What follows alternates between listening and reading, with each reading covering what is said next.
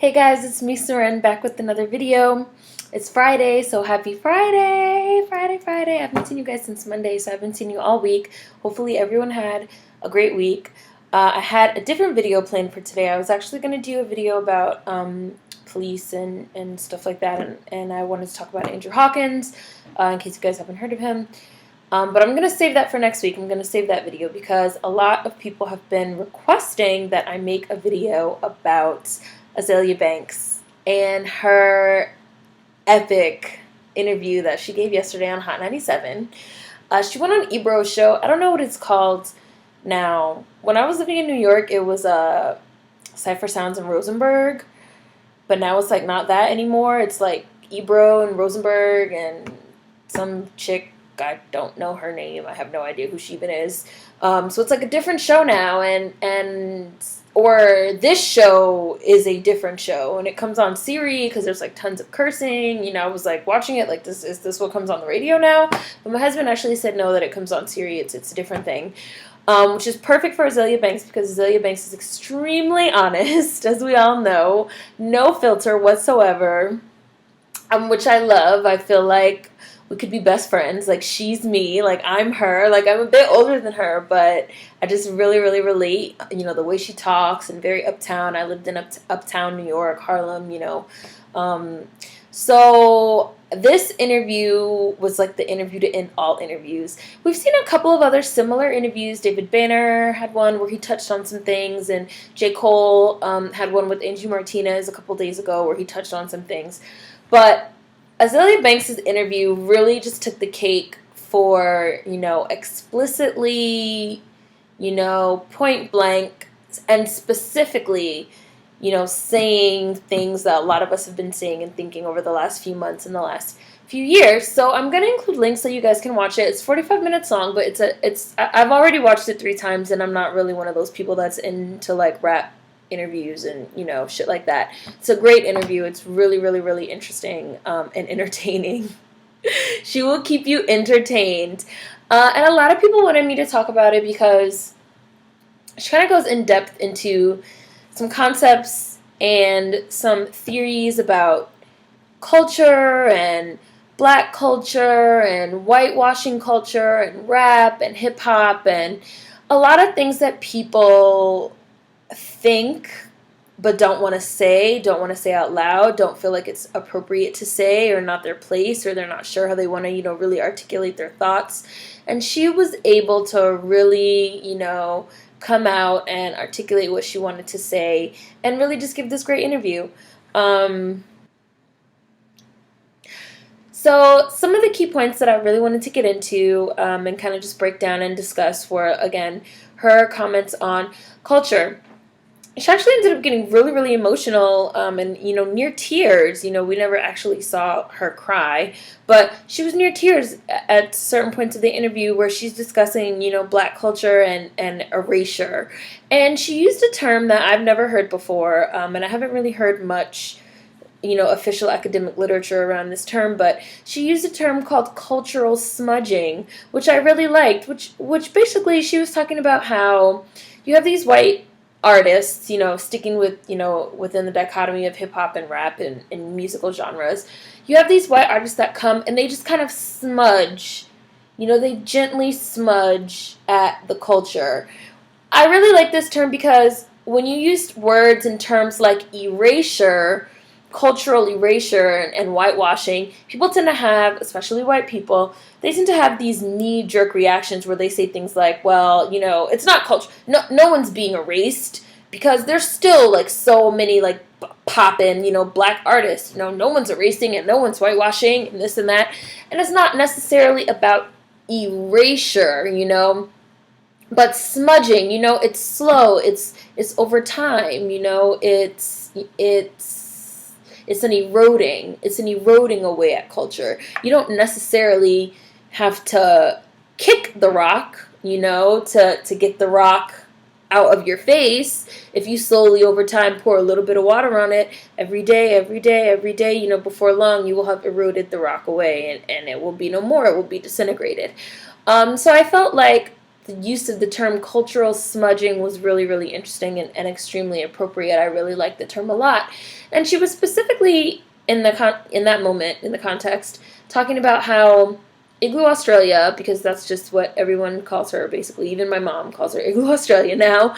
How Igloo Australia has been smudging at our collective consciousness of rap and what rap is, and, you know, female rappers.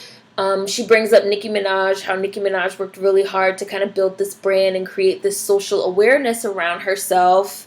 And how you have an artist like Igloo Australia that kind of came in and co-opted what Nicki has done. And she's kind of smudging it. She's kind of, you know, turning it into something else. And you have people saying like, oh, well, Igloo's doing this and she's doing that. And it's so awesome. But they're not necessarily giving the props to Nicki Minaj for kind of paving the way.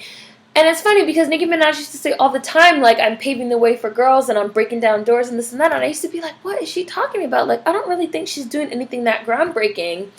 But now, to kind of look at Igloo Australia, she literally followed in Nicki Minaj's footsteps. They style her hair like Nicki. They do her makeup like Nicki. They dress her up like Nicki. She raps in this fake-ass accent that reminds me of Nicki, you know.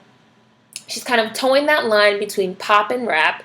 As I said in my Grammy video, you know, half of her nominations were in the pop category and half of them were in the rap category.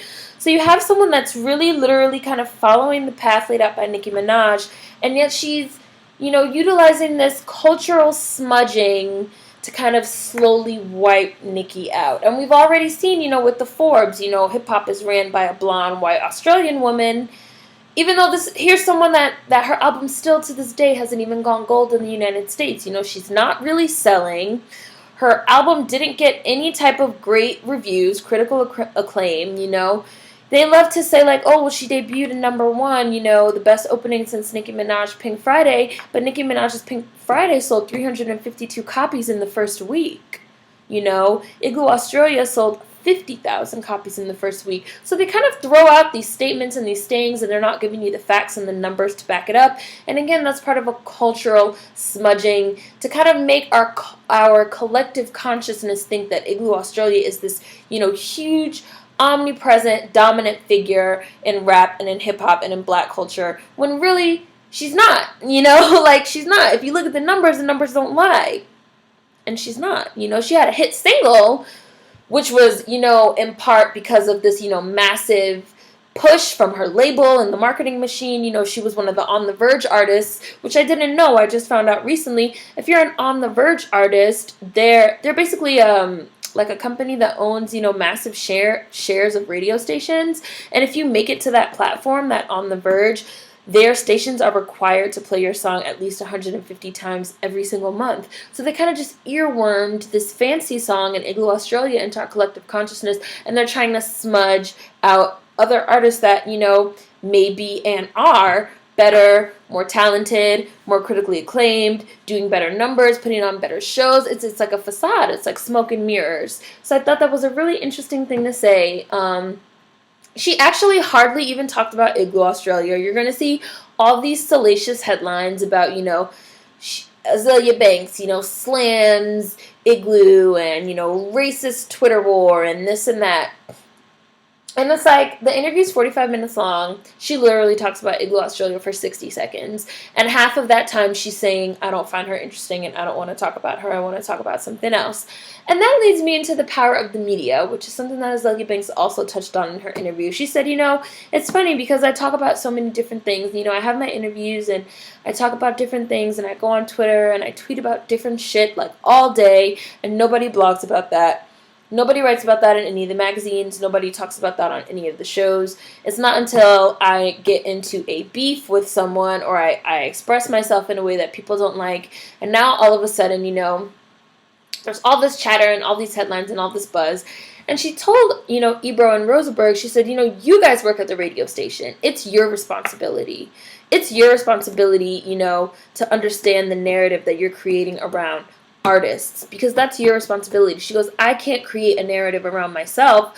I can only, you know, be myself. I'm a creative person. I can only express myself the way I'm going to express myself. It's up to you. And if you're going to continually report on negativity, of course you're going to create, you know, a negative idea. I like that she said that because I feel like that's something that not enough people talk about. The power that the media has and that the media holds over creating a narrative.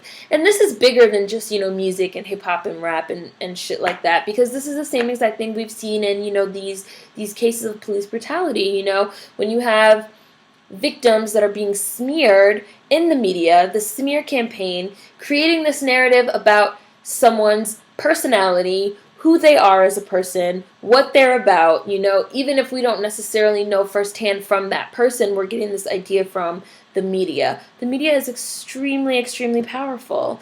And with all artists, I would tell people, don't just click on the headline. If you can go watch an interview for yourself, go watch the interview for yourself. If you can go read that person's tweets for yourself so you can see the whole stream of tweets within context, go do that. If you can listen to that person's music, and kind of formulate opinions for yourself, go do that. That's why in all my videos I include links so you guys can read what I read, so you can see what I see, and you can formulate your own informed opinions. I despise uninformed opinions. There's nothing I hate more than an uninformed opinion. I feel like an uninformed opinion is shit. It is literally nothing. Don't even talk to me if you're just gonna be talking out of your ass with some fake ass bullshit ass opinion that you just fucking made up that's not based off of anything. It's stupid, you're stupid, and I don't want to talk to you. So I thought that was really interesting. And she just touched on so many amazing things. She was talking about, cultural appropriation and how, we're kind of being told that, what does it mean? What does it mean when an artist like Igloo Australia, who is not excellent, which she's right. Again, like I said, her album hasn't done well commercially or critically. She just got one hit song. That's it. And the hit song was not a great song. It had a great catchy hook from Charlie XYX, whose debut album, Sucker, which just came out, has been getting, phenomenal, amazing reviews. So she was really the driving force behind that song, not Igloo Australia, but since she was just the feature, Igloo Australia kind of got all the, the fame and the hype from the song. There's people that still don't even know who Charlie are. They're just like, oh, that Gwen Stefani chick. So Azealia Banks says in the interview, what is this telling up-and-coming artists, black rappers, white rappers, young kids, when they see that, white music that's mediocre getting rewarded and black music and, other types of music kind of getting passed over. Again, as I talked about in my Grammy video, FK Twigs and YG and, even Beyonce, prominent artists of color that are doing exceptional things, Kendrick Lamar, and are not being recognized and awarded. Nas, one of the most prolific rappers ever, he's been making rap records for 20 years and he does not have a Grammy, not one, And yet we might, in January, watch Igloo Australia walk away with the Grammy before him. What does that tell us? What does that tell us about the nature of our society and the undercurrents of race that are really involved in every aspect of our society, even down to our mindless entertainment and our pop culture? Because people tell me all the time, they're like, oh, Seren, you put too much thought into these things. You think too deeply about it. It's just music. It's just a TV show. It's just a movie. It's just this. It's just that. And I'm like, that's really easy to say, but you have to stop and think about how all of these things are larger reflections on our American society as a whole, and what are these things really saying about the state of our society. When you have black artists that are making amazing work, but they can't get on a national platform. They can't get nominated for, a high level award like a Grammy, like an AMA, like a Billboard award. They can't get their songs to chart. They can't get out of the neo-soul or urban contemporary box, but then you have someone like Igloo Australia who, just because she's white, she can be pop, she can be rap, she can be this, she can be that, she can be everything.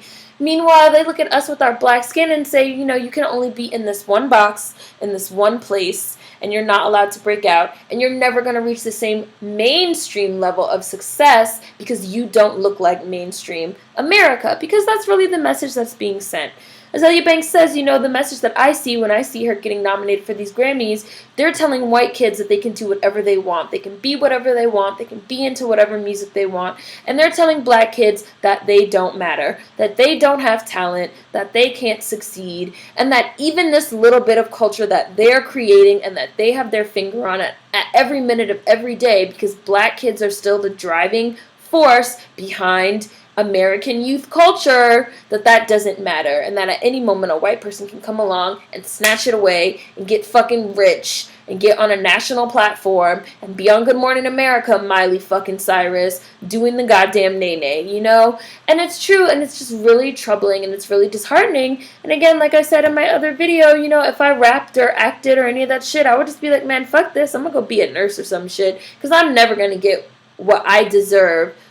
We have to work twice as hard to get what white people have off jump, off rip, off GP.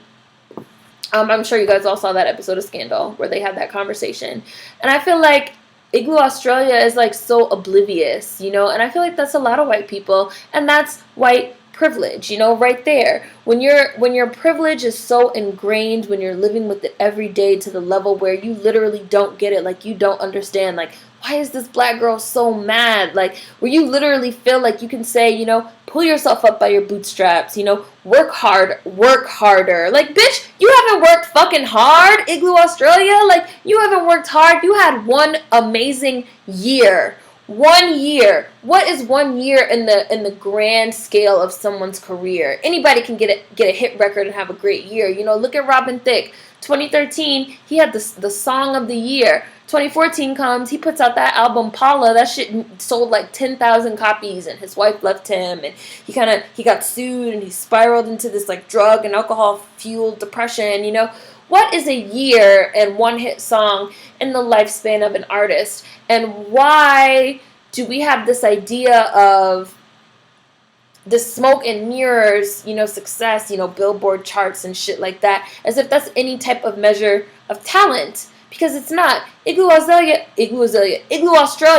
and her white privilege enables her to sit on Twitter and say things like, well, you should just work harder.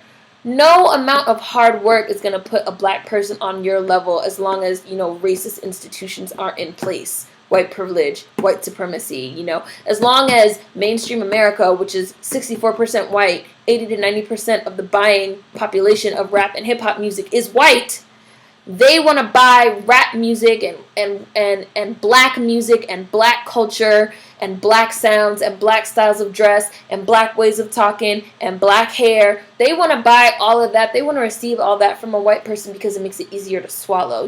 Just a spoonful of sugar helps the medicine go down. It's more appetizing. It's more palatable if you get it from someone that looks like you, sounds like you, acts like you, someone that's non-threatening. I've said this in other videos. Nicki Minaj goes on an interview. She has an attitude. She's real snappy. She got a mouth on her. Azealia Banks the same way. But then you have this white girl, Igloo Australia, that comes on and she has this cute little Sheila accent and she's talking about her puppies. And I can't do a good Australian accent. What would an Australian accent be like? Oi! I can't even do it. Like, oi!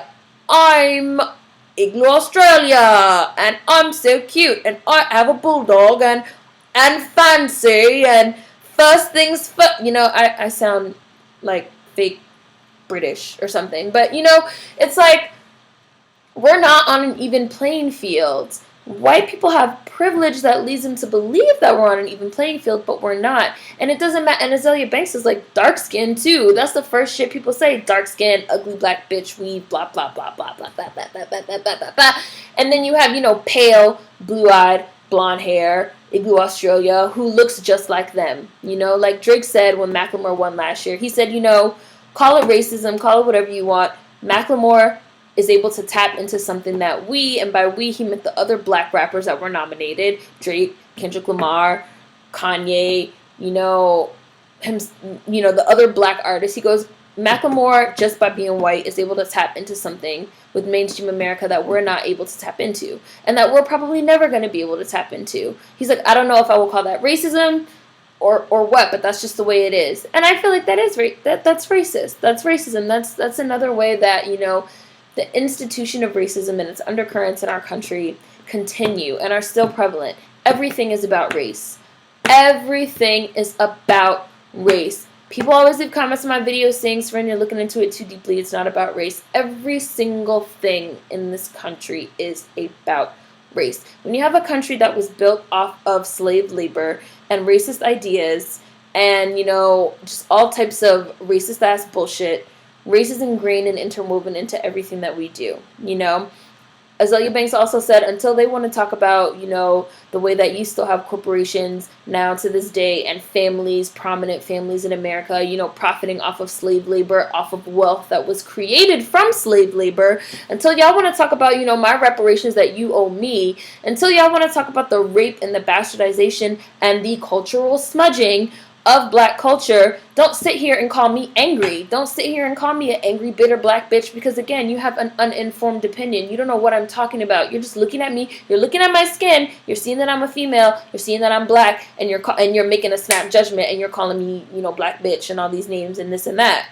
That's racist too. Like, you know? So this is really just a reaction video. I've been thinking about her interview a lot. Maybe I'll make another video on Monday where I go more in depth. But really, her interview said everything that needed to be said. You guys should just go watch it. It's excellent. It's really excellent. She said a ton of just really profound, you know, things, amazing things about, again, an undercurrent of racism and white supremacy and white privilege in our society. And what does that mean? What does that mean to culture? What does that mean to the up-and-coming black creatives and youth and artists? And what are we telling them? What's the message we're giving them? You ain't shit, you know? So, happy Friday. Hopefully you guys enjoyed this one. Everyone wanted me to make one, so here's a video on it. I know I didn't see you guys all week, so again, hopefully you guys had a great week and an amazing weekend. And I will see you all on Monday or Tuesday or... Oh, next week is Christmas, so I might not see you. So, happy holidays, Hanukkah, Kwanzaa, Christmas, Hanukkah, Kwanzaa. See you when I see you. If it's not till the new year, see you next year. But hopefully I can get some stuff out next week. Have a great weekend, guys. Peace.